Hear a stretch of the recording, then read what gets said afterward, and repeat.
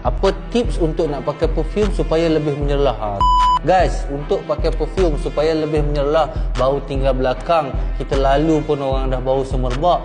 Tips dia adalah paling mudah, korang kena overspray. Overspray ni maksudnya kena spray banyak lah, kena spray banyak tempat. Memang banyak tips daripada orang, spray tempat sinilah, 3 tempat. Tapi bagi saya, based on pengalaman saya, cara saya untuk bauan tu lebih menyerlah, mesti kena overspray. Macam mana nak overspray? Cara pakai saya, first kita spray pada nadi kita.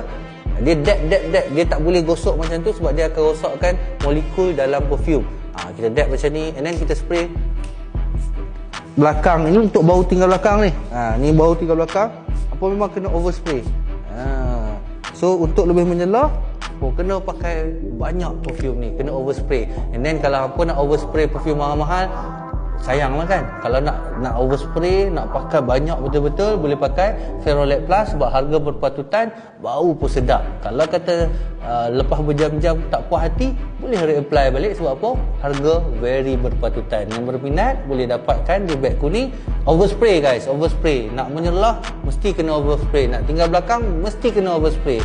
Nak lagi tips-tips daripada kami, boleh follow Ferolab Plus Official.